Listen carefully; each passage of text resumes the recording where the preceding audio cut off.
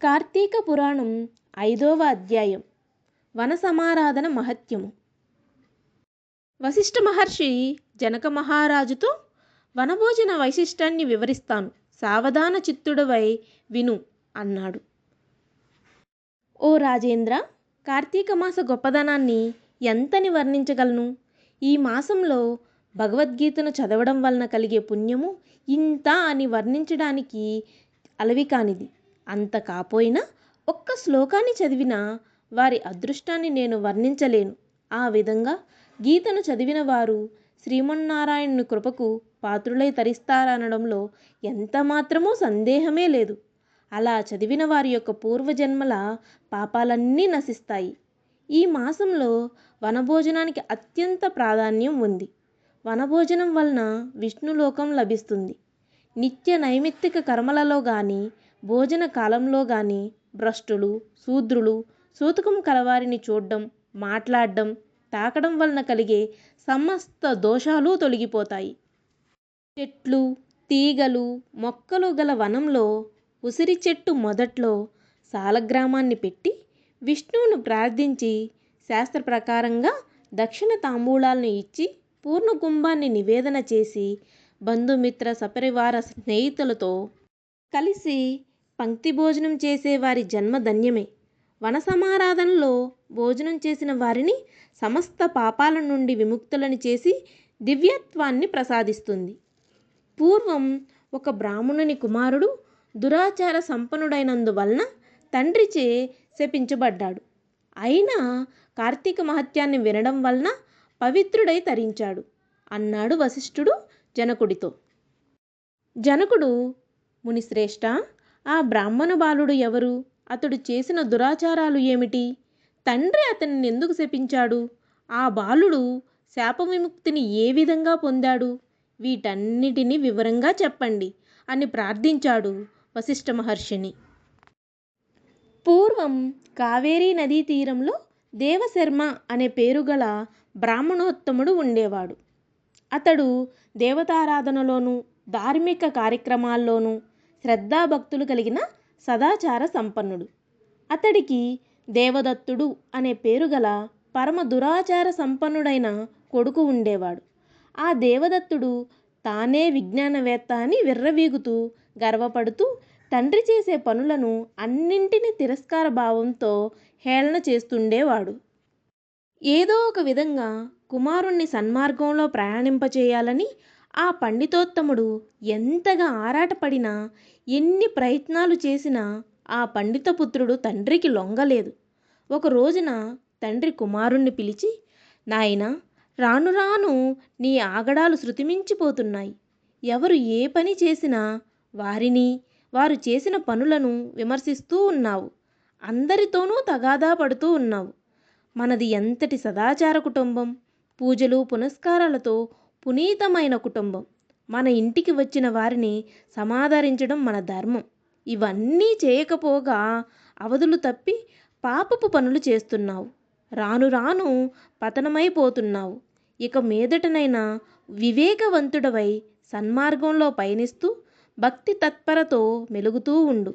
కుటుంబ గౌరవాన్ని నిలబెట్టు అంటూ మందలించాడు. తండ్రి మందలింపు విన్న కుమారుడు తండ్రిని ఎంతో వెటకారంగా చూశాడు. మీరు లేనిపోని పనికిరాని ప్రయాసలతో అయిన వారిని కాని వారిని నమ్ముకుంటున్నారు. భక్తి ఉత్సవాలు, సంతర్పణలు అంటూ అనవసరమైన ఖర్చులు చేస్తున్నారు. మీకు ఇహలోకంలో సుఖభోగాలు, చెలిమి కలిమిలు, స్వేచ్ఛా విహారాలు ఏమి తెలుస్తాయి, ఎలా తెలుస్తాయి అంటూ ఎకసెకలాడాడు. నాయనా, నువ్వు నన్ను ఏమన్నా పర్వాలేదు, సహిస్తాను. 10 మందిలో మంచి పేరు తెచ్చుకునే పనులు చేయి. పూజలు పునస్కారాలు పరజీవనాన్ని కాపాడుతాయి. ఇది పరమ పవిత్రమైన కార్తీక మాసం. ఈ మాసంలో చేసే స్నాన సంధ్యలు, దీపారాధనలు, సమారాధనలు, సంతర్పణలు సమస్త పాపాలను పారద్రోలతాయి, ఉత్తమగతులను కలిగిస్తాయి. కనీసం ఈ నెల రోజులైనా నీతి నియమాలను పాటిస్తూ ధర్మకార్యాలతో కాలాన్ని గడుపు అని ప్రబోధ చేశాడు తండ్రి. నాన్న, నువ్వు ఎంతటి అమాయకుడివి! నెలలు కొన్ని మంచివి, కొన్ని చెడ్డవి అనుకోవడం ఏమిటి? గుళ్ళో దీపాలు వెలిగిస్తే పుణ్యం వస్తుందేమో కానీ అవే దీపాలు ఇంట్లో వెలిగించుకుంటే వెలుతురు వస్తుంది.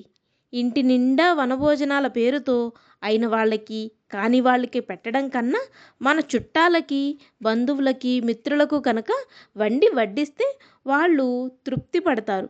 అప్పుడు వాళ్ళు మనకి ఇంత పెడతారు, మన పట్ల మంచి మనసుతో ఉంటారు అంటూ అనేక విధాలుగా తండ్రిని దుర్భాషలాడాడు. కుమారుని మాటలు విన్న తండ్రికి మిక్కిలి కోపం వచ్చింది. కుమారునితో, ఓరి మూర్ఖుడా, నేను చెప్పే మాటలు వినడం ఆచరించడం లేకపోగా నన్నే ఎగతాళి చేస్తున్నావు. నువ్వు ఇకపై మానవునిగా ఉండడానికి పనికిరావు కనుక మూషికానివై ఏ చెట్టు త్వరలోనో కాలం గడుపుతూ బ్రతుకు అని శపించాడు. తండ్రి శాపవాకులు విన్న దేవదత్తుడు భయంతో వణికిపోతూ తండ్రి పాదాల మీద పడిపోయాడు. నా అవివేకానికి ఇంతటి కఠిన శిక్ష విధించడమేమిటి? నన్ను కనికరించు, నాకు శాప విమోచనాన్ని అనుగ్రహించు అంటూ తండ్రి కాళ్ళా వేళ్ళా పడ్డాడు. కుమారా, నా శాపానికి తిరుగులేదు. తప్పక నువ్వు అనుభవించి తీరాల్సిందే. ఇప్పటికైనా పశ్చాత్తాపడుతున్నావు కనుక శాప విమోచన సమయం చెబుతాను.